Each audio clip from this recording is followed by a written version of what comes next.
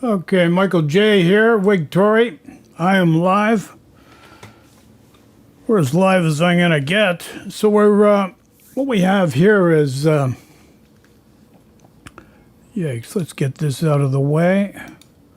You don't need to see that. So Tom Bilyeu, or Bilyeu, or Bilyeu. Now, if you're in Canton or Guangzhou, it could be one of those three. So I think it's best for me to refer to him as Tom. So Tom did a video the other day. The economist who called 2008 says the debt crisis warning is a myth. We had to react. Well, that caught my attention. Flipped it on. I've seen Tom over the years on YouTube. And so, without further ado, absolutely. Let's see what Tom has to say. He starts out, actually was a tennis player who could have potentially gone pro, and is also a very left-leaning, like with Marxist. He loves Marx. So Marxist views, thinks Marx is the best economic mind ever, or certainly of his day. Oh my. Now, I gotta preface this video. I actually take lectures, or have taken lectures, with Steve Keen, and have talked to him on a regular basis. And Marxist has come up, but not to the degree it's being portrayed here. Maybe that's obvious to other people that have studied under Mr. Keen, but to me, whoa, this caught me by surprise, and I'll address it. Not immediately, but let's listen further. Okay, that one I don't have teased out well enough. And so you know me, I'm violently opposed to Marxism, and I'm learning a lot from this guy. And so this is where always seek disconfirming evidence, because you've got to find the holes in your own game. So anyway, economist, very left-leaning. Well, not just finding the holes in your own game, understanding the construct of the patterns you witness.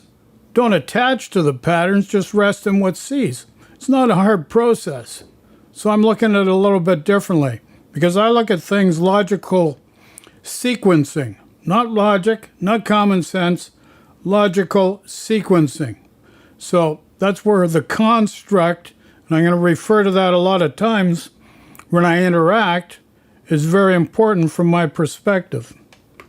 Very much somebody who believes that Marx had the right ideas, but had a conclusion he wanted more, and so ended up breaking his own train of logic. I respect Steve Keen for that dramatically, that he can go, okay, here are the parts that I like about this thing, here is where this goes off the rails. I don't think he covers it in this video, so we're not going to talk about it, but he can actually point to you the moment where Marx ends up going off the rails, the thing that he gets very wrong. So really, really a fascinating thinker. Don't turn off to him, even if he seems like maybe he's partisan. I think that's the wrong interpretation. And so I doubt this will be the last video that we do with Steve Keen. We were trying to get him on the show. Okay, so. Because you're going to get a guy like Pierre Poilievre, the conservative leader in Canada. He'll say, well, the government of Carney is creating a deficit, and they're taking money out of the system because he believes that the average Joe's deposit at a bank is being used to finance that deficit, which is totally wrong. This is where the problem comes into play. General do all the time. And I want to go through and show why these warnings are completely wrong, because economists do not understand money.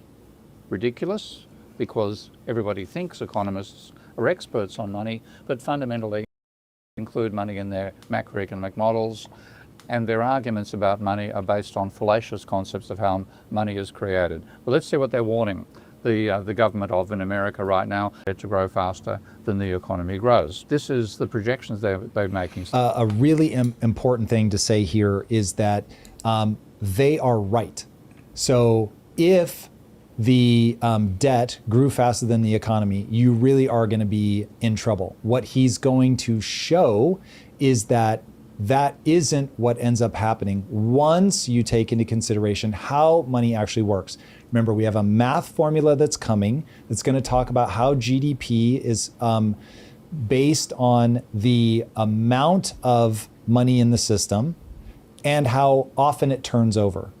And if the only way to get money into the system is through government debt, which by the way is true, then you find yourself in a position where the only way to grow the economy is to either speed up the velocity of money, and I'm going to leave that alone for now just because it'll get overly complicated.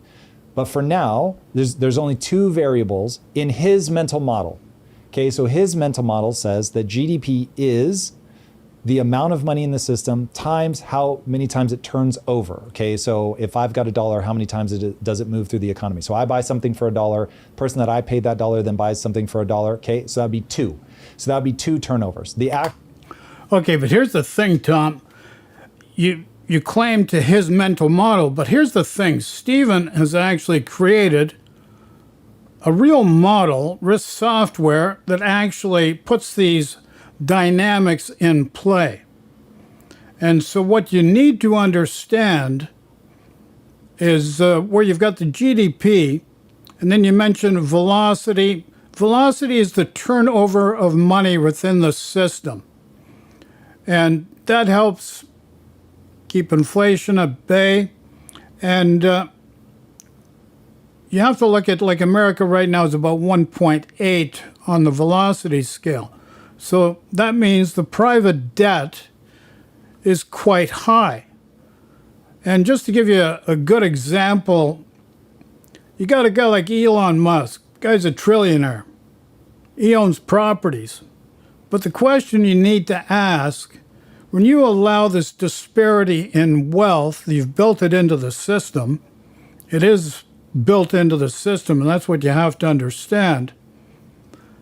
Elon Musk can buy only so many stoves and refrigerators. And in the United States,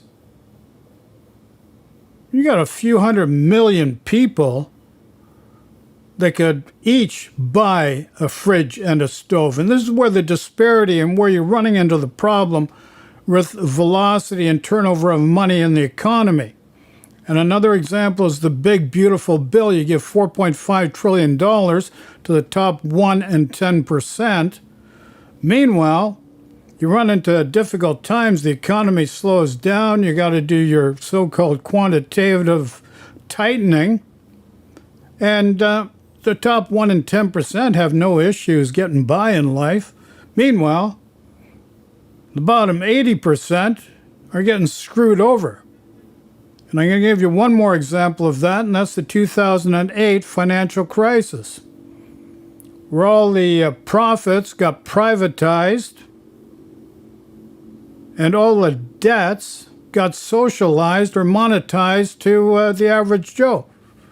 So you're constantly saddling the foundation of your economy unduly, which affects the velocity and turnover of money within your system, and it creates a great inequality that creates pain and suffering, which is really unnecessary. Back to Mr. Tom. Major Tom to ground control. Actual velocity, it's known as velocity of money. The actual velocity of money, how many times it turns over, right now I believe in the US is 1.8. I can't remember if he talks about that here, but that just is a true number. And so it's usually somewhere between 1.8, maybe 2.2, somewhere in there, okay? So now you've only got 2 variables if you want to increase GDP. You can add more money to the system, government debt, or you can increase velocity, get people to buy more stuff and move that dollar around faster. Okay, if you understand that much so far, you will understand if you have that mental model, then anybody saying that government debt is going to be a problem is nonsensical, because you can't bring on government debt without increasing GDP. So the government debt is a function of growing GDP in his mental model. Okay, if he ends up being... Well, his mental model. I know you have to preface it that way because that satisfies the construct of your mind. But once you understand money and velocity, that's energy. So the money and the velocity, that's energy in the system. Now, I'm going to give you another example of energy, the Strait of Hormuz. And you're going to see this. It's going to happen. When you chart graphs over many decades, if the output of energy into the society, you'll notice energy goes in lockstep with GDP. So if you reduce energy, GDP goes down. If you increase energy, GDP goes up. Okay, this is predicated by factual modeling on a dynamic way to provide that data. And that's important for everybody to understand. Energy, which is money, energy, which is oil, energy, which is electricity for businesses, etc., and food for laborers, that is all energy. The more energy in the system, the GDP goes up. Reduce the energy, GDP goes down. Right about that, then of course it makes no sense to say as government debt grows that we create a problem in the economy. Okay, if you've got that much so far, you're in good shape. All right, keep going. They're projecting forward what they think is going to happen to government debt over the next 30 years. And you can see there's been rises and falls in government debt as a percentage of GDP from 1900 till today, but they simply project continued growth. And notice the ratio of government debt to GDP is rising exponentially. Okay, so another important thing to note, what he's saying is they're modeling out something that's ahistoric. We just don't see that. It does not go up, up, up, up, up, up, up forever. We have like all these ups and downs. So already he's saying their projections, and by the way, he's a big believer in that the climate is going to be a catastrophe. And I think he's ironically making the same mistake there, where he's taking these models that just go up forever and not looking at all the fluctuations that we see historically. Anyway, I digress. He's pointing out here that history looks nothing like the forward projection. So we should automatically have an alarm bell that goes off that says these are fake numbers. I'm going to go almost totally vertical unless we do something about the level of government spending. And equally, because you pay interest on government debt, they're making the same projections about what's going to happen to interest payments. So they're saying the historical high was right back in the early 1990s when interest payments were 3.2% of GDP. Now they're at the same level and they project them to triple over the next 30 years. So this is a serious warning. There's only one trouble. It's based on completely mythical, completely fallacious visions how money is created in a capitalist economy. And this is not something specific to the Government Accountability Office. This is something that all economists learn when they're at university. So this is an extract from Mankiw's textbook on macroeconomics. And just to read it through, when the government spends more than it receives in tax revenue, the resulting budget deficit lowers national savings. The supply of what they call loanable funds, and fundamentally you can regard that as the money that's in your bank accounts because that's the money you have available to lend out to somebody else. The supply of loanable funds decreases. When the government borrows to finance its budget deficit, it crowds out firms that would otherwise borrow to finance investment. And the simple supply and demand model that Mankiw uses to illustrate his argument argues that a budget deficit reduces the supply of loanable funds because it takes funds that households would have lent to firms and instead it goes to the government. So that is that all people who accept mainstream neoclassical economics have in their heads, and the people who staff the Government Accountability Office are all predominantly economists. They learn this stuff, they think it's correct. Now, the trouble is, it's not. They learn what they get taught at university, which uses supply and demand diagrams, as you saw in the extract from Mankiw. But banks don't draw supply and demand curves to decide how much money to lend to you. And I want to add furthermore to that, deposits from people are not used to finance businesses or firms. It doesn't work that way. Money is created differently to provide loans for business, lines of credits for business. The deposit of the person, the household, goes into the bank, and it's there to be taken out at will at any time by the household or the person from the household. It does not finance firms. And that's where the flaw in that system is. They use double entry bookkeeping. And that is something which instantly sounds boring, double entry bookkeeping, men's accountants, and all this dreadful, dull stuff. In fact, if you get this wrong, you make up myths about the economy, so you have to understand double entry bookkeeping to know how banks actually operate and how money is created in a capitalist economy. So what double entry bookkeeping does, first of all, is classify all financial claims as either financial assets or financial liabilities. The one misspeak that he did, that it isn't either or, it is both an asset and a liability, always and forever. So you end up with matter and antimatter. And this is a big part of his argument, is that what he's saying is people do not seem to understand that when you create debt, you create this, you have both a liability and the asset. And so if you were to pay off that debt, then you lose both the liability and the asset. And so they just zero out. And people are not thinking about the fact that as you pay off debt, that money ceases to exist. And so if he's right, and GDP is a function of the amount of money in the system times the velocity of money, how many times it turns over, pulling money out of the system is going to slow your GDP. So that's where understanding this matter-antimatter thing is very important, because if you understand that they cancel each other out, then you understand why he's saying that this growing isn't a problem because they cancel each other out, and pulling it out of the system becomes a problem because they cancel each other out, because they affect directly your GDP. All right. We'll return to the show in just a second, but first, I want to talk about the dozen logins that are standing between you and a clear answer. Your money is likely to live in dozens The of different Pirate places. King's got to A make banking, some money here. 4 credit card portals, a brokerage login, a loan servicer. You once a Now, year. did I Each disclose one there's tells any you a sliver of the story, but none of them tell you the advertising whole here? story. You Monarch paid fixes promotions? that. Every account, Yikes. card, loan, and investment gets synced into one clean dashboard. Spending, net worth, debt payoff, the bills that hit every month, all in one view. It connects to over 13,000 institutions, so setup is fast and Sorry, Tom, I got to move things ahead here, buddy. I don't want to get... meets AI. For the first time ever, you can try NetSuite Next for free. If your revenues are at least in the 7 figures, just go to netsuite.ai/.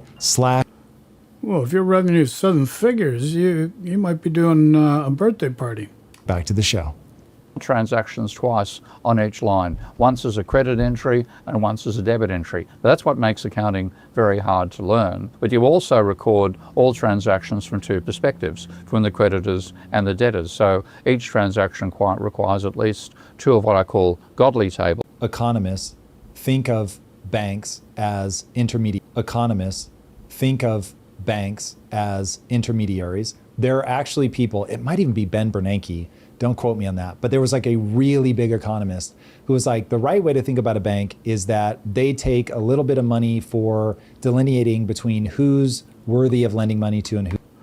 And that's why Ben Bernanke, a couple months before the financial crash of late 2007, 2008, Ben Bernanke went on the record publicly. Everything's going rosy smooth, folks. Everything's good.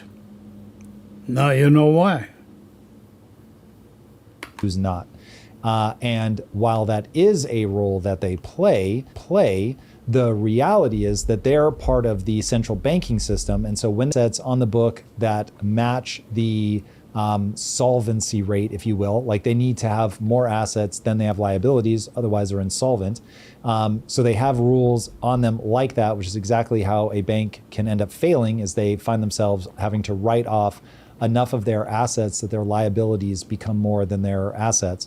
But it is very important to understand that part of it if we're going to begin mapping how neoclassical economists get themselves in trouble, because they're thinking of the bank as simply an intermediary of deposit money, which would not create new money, which would therefore not affect GDP. Whereas if it is what it really is, and I'm shocked to hear that anybody argues this, but because we have a federal central banking system, when a bank creates that new loan, they're not pulling from deposits. Okay, that's a very important thing to understand. They are not pulling from deposits. They have a license from the Fed to just create that money. And so, poof, it now exists. Reserves are determined by the amount of notes that people want to hold or need for their transactions, of notes and reserves that banks want to hold, given the level of interest rates in the economy. It is not chosen or fixed by the central bank, as is sometimes described in some economics textbooks. So this report was published called Money Creation,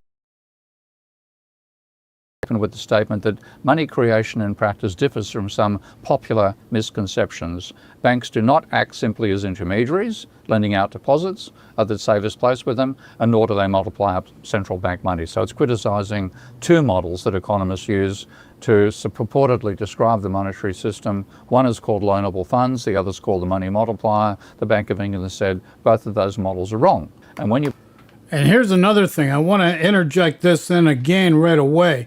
Pierre Poilievre, the Conservative leader of Canada, he just loves Milton Friedman economics. He thinks that's the way to go, but he doesn't realize that was what created the problem. And if he's going to use what created the problem to fix the problem, you're not fixing anything.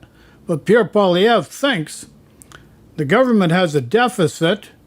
You're taking deposits out of people's hands in the bank, from the bank system, out of the system.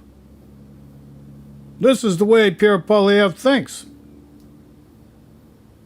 When the federal government has a deficit, it's taking money out of the system by the fact that they're taking deposits from the household out of the bank system, so it can't be circulated. This is what he thinks. Put this model together, you find that there's no particular impact of private debt on the economy. Well, if this video has alerted you to the fact that what you thought you knew about economics as always, is wrong, I let these play. You'll thoroughly enjoy the free book bundle that has been requested by over 5,000 people already. It's worth $50, but it's free right now. Click on the link in the description or go to stevekeen.com and click on the black button and fill in your information. In about 60 seconds, you'll get the free book.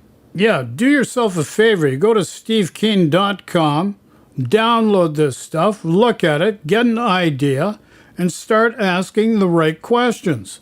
Instead of taking other people's words for things, learn how things work yourself so that you can use your own discernment to make an educated decision for yourself, your family, and your community. Bundle. And after that, if you want to study with me personally, and use Unravel. And what I have is that there are two types of depositors in this model. There are savers who lend out money. There are borrowers who borrow that money and then use it for other purposes. The debt that's created through the banking system is not an asset of the savers. And it's quite easy to go through and modify this Unravel. If the textbook model was right, then you would be correct to ignore private debt. But it's not correct. And I can easily modify that and say it's not true that debt is an asset of the savers. And it's not true that the savers lend the money and that the interest is paid to them. It's the banks that own the debt, and it's the banks that earn the interest income. So I can rapidly amend that. And now I'm just going to say I'm not using the textbook model. So to simplify my presentation here, I'm just pretending that banks instantly spend their interest income. In the real world, they take time. That would make a more complicated model. And I just want to focus on the essence of the reality that if you say that banks are not money creators, then you can ignore private debt in your models of the economy. But as soon as you realize that banks actually create money, that creates additional demand, and you cannot ignore the banking sector when you're looking at the macroeconomy. So I've just changed that one detail. So the one thing I think he gets a little fast and loose on, so it'll be interesting as I research him more to see if he brings me around to his side or not, is this idea that the interest of the money doesn't cause the demand. And I do think that the interest rates do have an effect, which is partly why the Fed comes in. Now, I think that Jeff Snyder is correct that the Fed is far less leading than they are reacting. But if you make money more expensive, people will borrow less money, like simple. Yeah, there's no doubt about that. But here's the thing you have to understand, Tom, and what he's showing in that model is the banks lend money, but also when that money is paid, there is interest paid as well. And from a neoclassical point of view, nobody is talking about that interest, because that interest is money in the system too, because it goes into the revenues of the bank. And this is where the system doesn't track that interest. And this is what the point is of that software, to track the interest. It's also an inflow of money, and that is a revenue producer for the banks. Because they're going into it assuming that they're going to have to pay this debt back. Now, Keene has a whole thing around debt jubilees. Right now, they know they're going to have to pay it back. And so at a minimum, they're going to have to make those interest payments. So as interest payments go up, I mean, you can see this in the housing market right now today, as interest rates go up, people borrow less money. So I haven't quite been able to figure out why he's dismissive of that. I don't know if he's just gotten so used to trying to simplify, that he's sort of forgotten that there's a very real psychological impact to all of this. Look at Japan. I've talked about that many times before. Yeah, look at Japan. Japan's actually over 200% of GDP.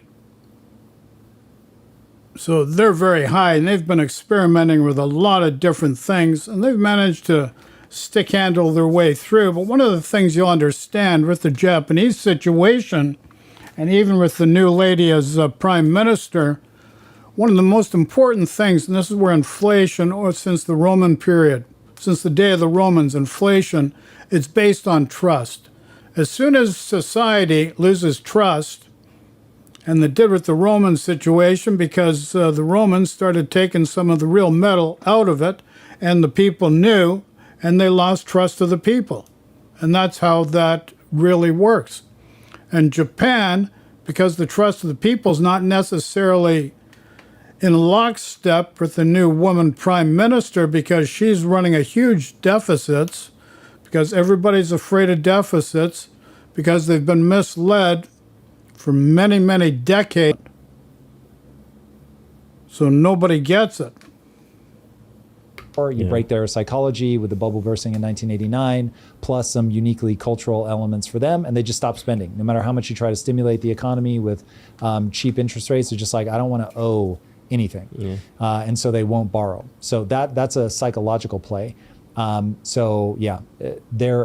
will say that a more sensible way to read that is that if a bank sees, the economy is beginning to drag, if we lower interest rates, that will stimulate demand, unless there's some other psychological principle at play, and we can begin by using the income tax, levers of income tax and consumption taxes to balance things out, instead of creating inflation through interest rates by the central bankers. And I'm going to start with zero lending. And of course, with zero lending, nothing happens. Well, let's say there's lending now, $1 per year type lending. You get a rising level of money as much as it did in the previous simulation. And GDP is rising. For anybody that's not looking at their camera, which I'm showing now, then GDP falls. God bless him. He's explained this so many times in so many different videos that you really do have to sort of aggregate everything he says.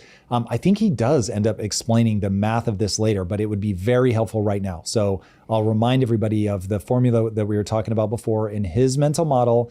And I need to research this more to find out if this is a universal model. But in his mental model, GDP is simply the calculation of the amount of money in the system times the rate that it turns over. And so given that, obviously, if you start putting less money into the system, then GDP is going to start coming down. Now, one thing that would need to be tracked is if you just slow the rate of lending, is that fine? Because here Financial crash. How? Financial crash. How? The profits got privatized. All the brokerage houses, all the big money players. And the debts got monetized or socialized on the average Joe. So what happens now is the average person, their debt level is so high because you got to remember their cost of foundation is so important, because the private debt of the average Joe, plus then you've got the business people, the banks, and the hedge funds and financial services industry creating speculation. So you have this, as Hyman Minsky states, so you got a situation where you've got from a hedge situation to a speculative situation to a Ponzi scheme. And then when you get quantitative tightening because everything's starting to unravel, you compound the situation and make it worse by your actions. And this is what everybody's missing. If the private debt of the average Joe wasn't so high, if his income was up and he was able to purchase, because the consumer purchases many things, especially when you got a society of 341 million, you got to remember the 1% and the 10%, they buy luxury goods. They don't buy a lot of fridges. They don't buy a lot of stoves. They don't buy a lot of cars. They can only use so many cars at a time. But when you've got 280 million people in your population that all, that's a big difference from only 60 million. And this is the way you've got to look at it. Everybody's missing the mark on this. And so now as people pay the debt back, because you're which the economy's operation depends upon, the level of credit creation by the private sector. So you can see in this very simple model, private debt goes up, so does GDP, private debt falls, so does GDP. This is being ignored by the mainstream. So their advice about the private banking is completely wrong. Then because banks lend, they create is completely wrong. Then because banks lend, they create money as well as creating debt. That money turns over and causes more macroeconomic activity. So you can't ignore private debt and understand the macroeconomy. But that is what all mainstream economists do, and they continue doing it even after they got caught. From 1940 up to 2017. The black line's the government debt, which you see back in 1940, dipping down, then up and down and up, and then up and up and up. You take a look in the real world, and this is the pattern you see between credit and unemployment. Oh man, pause. Yeah, you've got to look at your screens. This is one of the charts I was waiting for to come up. So private credit as mapped against employment, and they are, like he said, effectively just mirror images of each other. So as private debt goes up, people have more money, which means they're paying companies for more stuff, which means that companies can employ people. As private debt goes down, people have less money, and therefore they're buying less from different stores. And so those stores can, or companies can, afford to hire fewer people. And so if you want to get people spending again, then you've got to put money back into the system via this private debt mechanism. And then people will start spending more again and jobs will come back. Now, this is like blocky, overly simplistic breakdown of how the economy works. Obviously, for anybody paying attention, you know that COVID caused a 30% spike in 6 years of inflation. So inflation is very real. He doesn't address any of that here. Yeah, but here's the thing, you know, it just stands to reason, Tom, and this is what you should know. When you're putting money into the system, when there's no GDP, the natural byproduct of that is going to be an inflationary cycle because you've got no gross domestic product. And you also have people, and that's why used car salesmen, they're the first guys to jump on the bandwagon, jumping up their used cars. Once they went up, they never came back down. If you look at a 30-year cycle of the top 500 companies in the USA, they led the inflation rise. They have no conscience to the people. They have no conscience to the environment. Corporations only have an obligation to their shareholders and to make money for themselves. So COVID's a different game altogether, because people speculating, taking advantage of other people pushes it up. But this is where the inflation spike comes, when your productivity dies, but you got to put money into the system to keep people living. And that's where COVID is an anomaly, or the pandemic is an anomaly. This is what you need to understand. I feel like he's got sort of PTSD. He's been screaming into the void for so long, trying to get people to listen to him, and nobody will listen. That there's, maybe some frustration, some anger, and he's not walking through some of the more nuanced stuff about, like, okay, obviously inflation matters. We're creating a problem for ourselves right now. The amount of interest that you spend on government debt is extremely destructive, which is why people keep paying attention to it. And so he's not talking about it here. He's talked about it elsewhere. The way and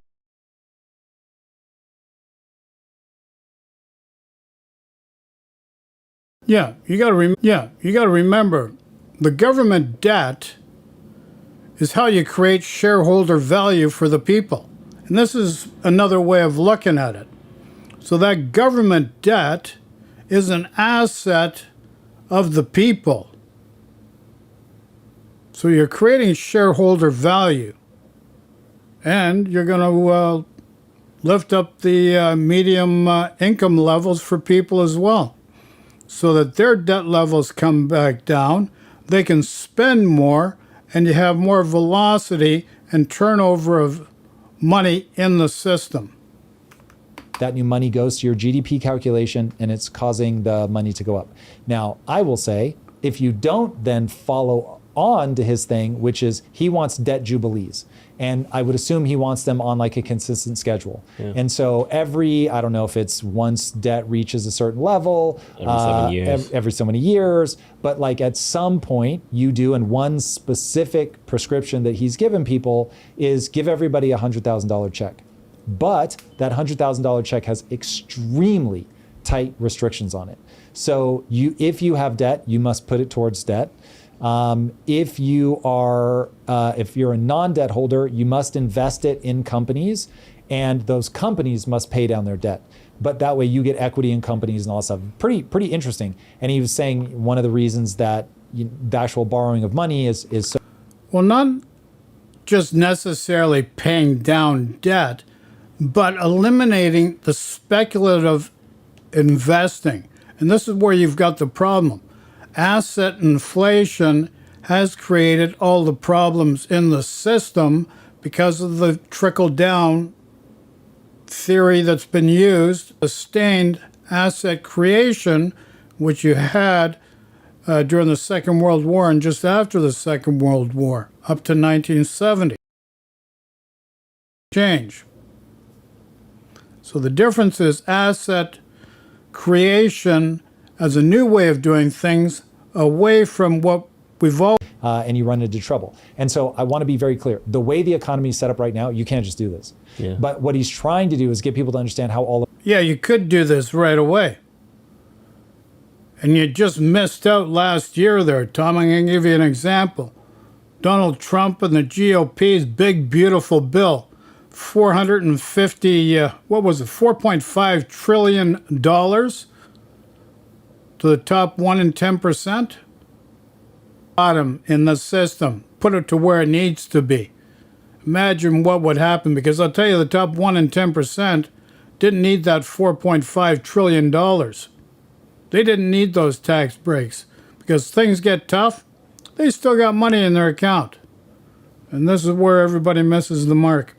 Migrating to a system that recognizes this, like, basically economy good when money going in via debt, economy bad when money coming out.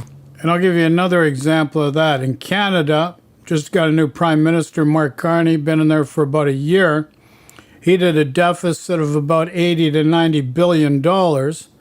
Everybody's saying, oh, that's too much, way too much. And the conservative leader said, man, it should have only been $42 billion at the maximum. Meanwhile, they're still saying there were cutbacks because firefighters, other things.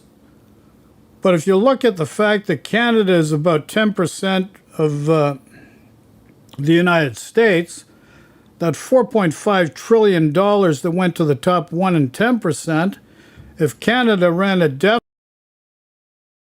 of 10% of that, which would be $450 billion, imagine how that would change the economy in Canada if it's brought into the bottom to lift up infrastructure and other projects to create productivity.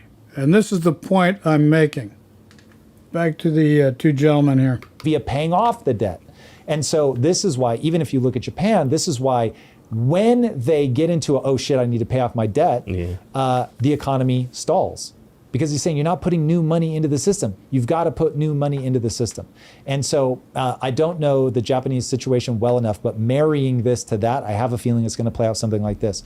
Part of the reason that Japan struggled for as long as they did was all their money sought returns elsewhere. So the money wasn't actually inflationary inside of Japan. It was being invested outside. Gotcha. And so now part of the reason that Japan may find that all of this inflationary thing actually pulls them out of that rut, even though the inflation is terrifying, is that it's causing Japan to pull their money back locally, first of all, because they can actually get a return on it.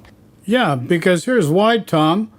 Before this woman, Abenomics, so you had a situation of like 0 to almost, and even at one point, just slightly minus interest rates. And so what you had a lot of Americans and hedging using the yen, because low interest rate and negative interest rate, and when you're leveraging money, that's the greatest thing for any guy that's speculating. Then he buys U.S. assets out of that and takes the asset inflation rise out of the American money, and this is how they were using the yen. This has been going on for decades, and nobody talks about that. And that's the reality. So it'll be interesting to see how those dynamics play out. I haven't researched that one yet enough, so these are just early thoughts. But it's very, very interesting when you start seeing this relationship between private debt and the health of the economy. Again, though, I want to just state emphatically, this system is sinister. We should not be in this system. This system right now, the way that we're doing it, is kind of like what we do with healthcare, where it's like we do a good thing on one side and then a bad thing on the other. So on healthcare, we socialize the shit out of it, and then we let the free market control part of it. And so when you have a guaranteed payer in the government, everything just gets more expensive and it completely deranges. So you either need a free market system or you need a single health payer. You can look at other countries. You need a free market system with regulation. And it's not hard to figure out. It's really very simple to figure out. Doesn't take much. One other thing, when Tom was talking about Marxism earlier, it made me think of something. I forgot about this. I wanted to bring this up. This is another thing. This is maybe where Tom's getting this from. Is that not crazy when we look back and we're like, what if I would have done this and what if I would have done that? Who would it have become and what would I have done? By the way, how old were you the first time you read Communist Manifesto? Oh, I first read Capital as the first book I read by Marx. I was 20. You were 20.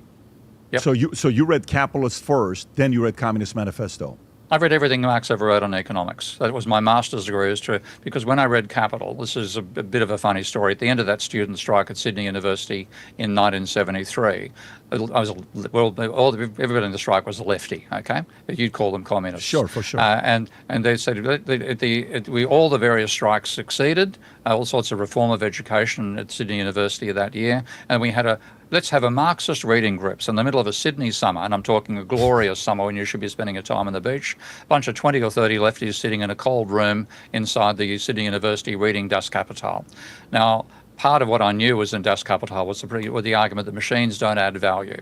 Machines transfer the value they hold, but they don't actually add any extra value to the system.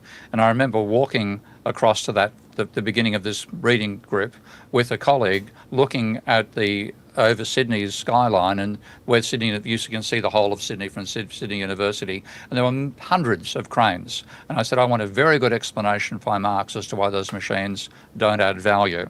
So I read the book very carefully, and I found that Marx had a brilliant argument about what he called the gap between use value and exchange value in production.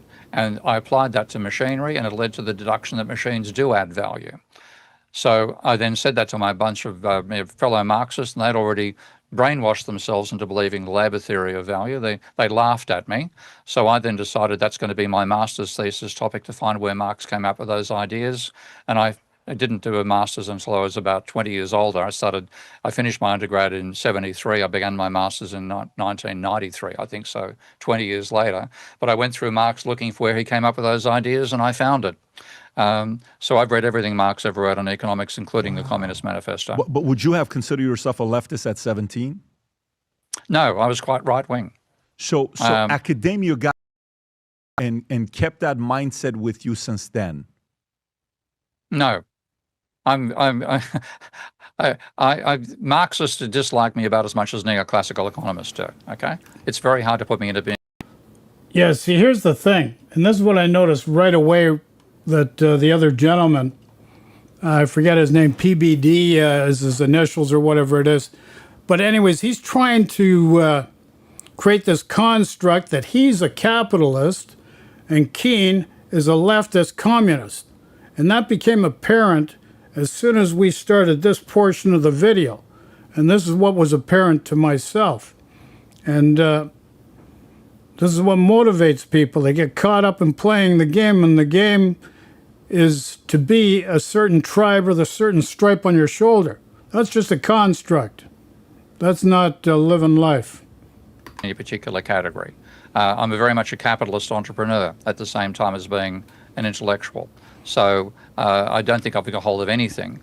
What I look for is good logic. And what I found in Marx in those first 7 chapters was brilliant logic that contradicted a fundamental argument he believed in, which is the labour theory of value.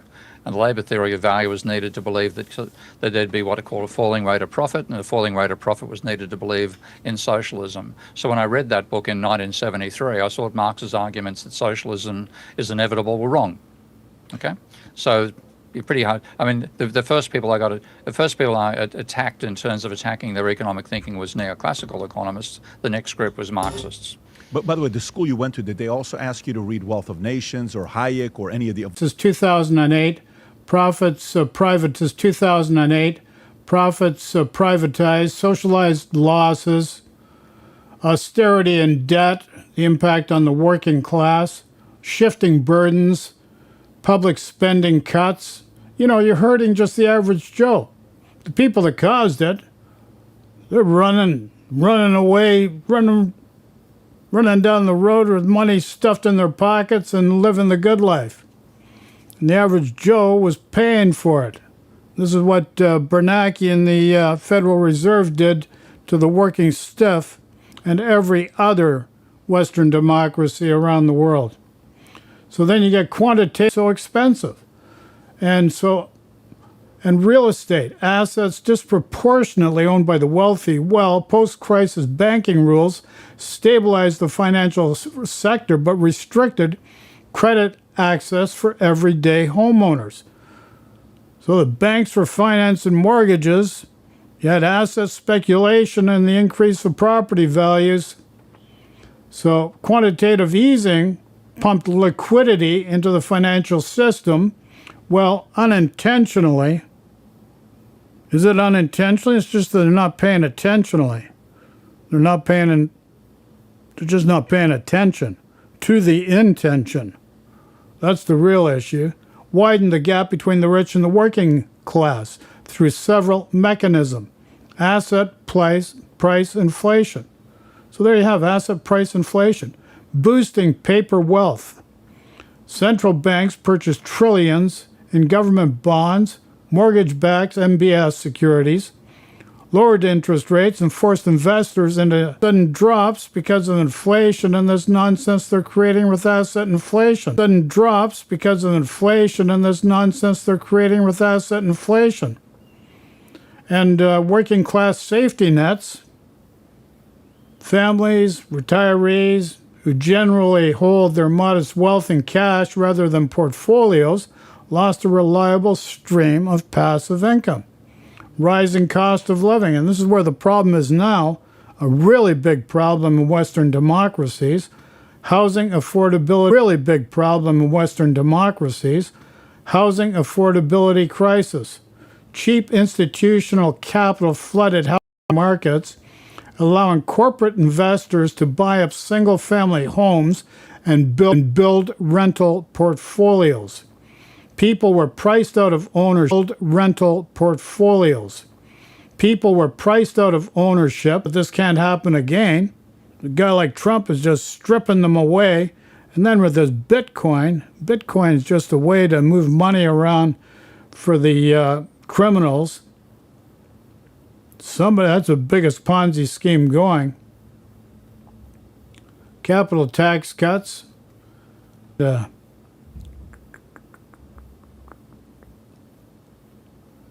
Where did he get? Top and the bottom. You're going to get ups and downs, but you're not going to have the boom and bust cycles you had before. And that's the whole point with Irving Fisher. He understood the hedge way of managing money, then the speculative was the next run, and then the Ponzi was the top rung. And then when you had quantitative tightening, the speculative, they usually got out with their shirt. They got skinned, but got out with their shirt. And then the Ponzi players, they get wiped out. So let's go back to see what Tom has to say here. Countries to see if single healthcare works out better. I would say it solves some problems better, like no one's going to be at the bottom floor. But if you want life when it's working well, but the second that they get scared and they start paying things off, then they create their own problem. You get a 2008 and it just blows up in everybody's face. Now you've got to stimmy check everybody to death to get the economy working again. But because we don't do debt jubilees in any meaningful way, you get this inflationary effect flywheel. It gets crazy and it completely runs amok. And the last thing I'll say, and we don't need to play more of this, but is you do run into a moral hazard. And so if everybody knows, every 10 years, this is all going to get reset, then I'm just going to spend frivolously, and I know that it's going to get reset. And here's the thing, and this is where he opted out. This is how the mind pushes back.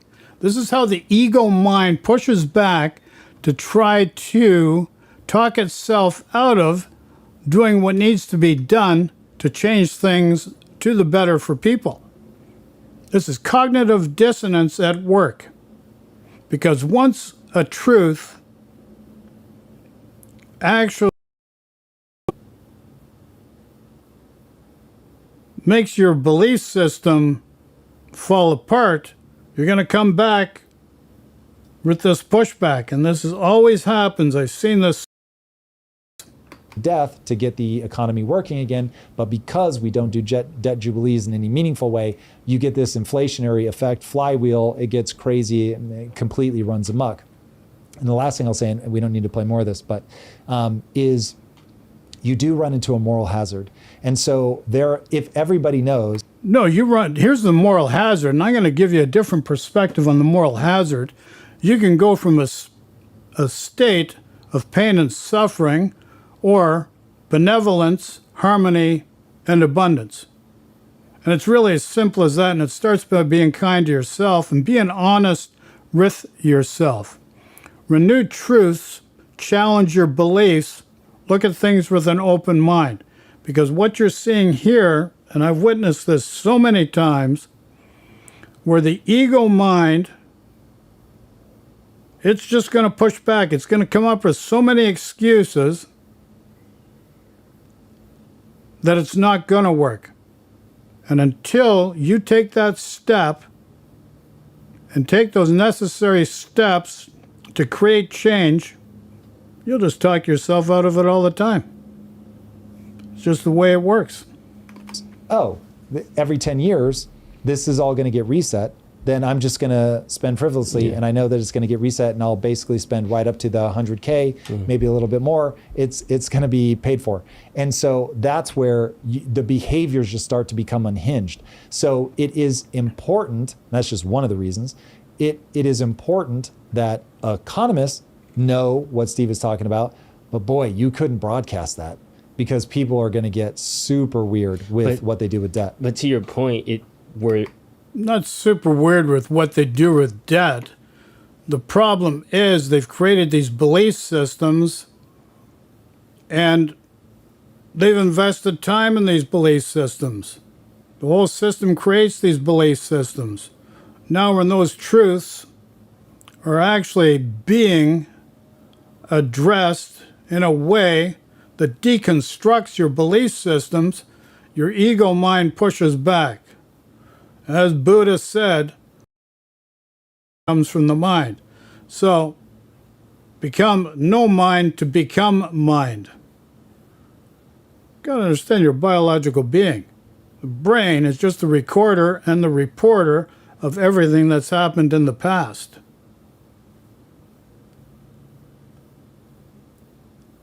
Let go of pain and suffering.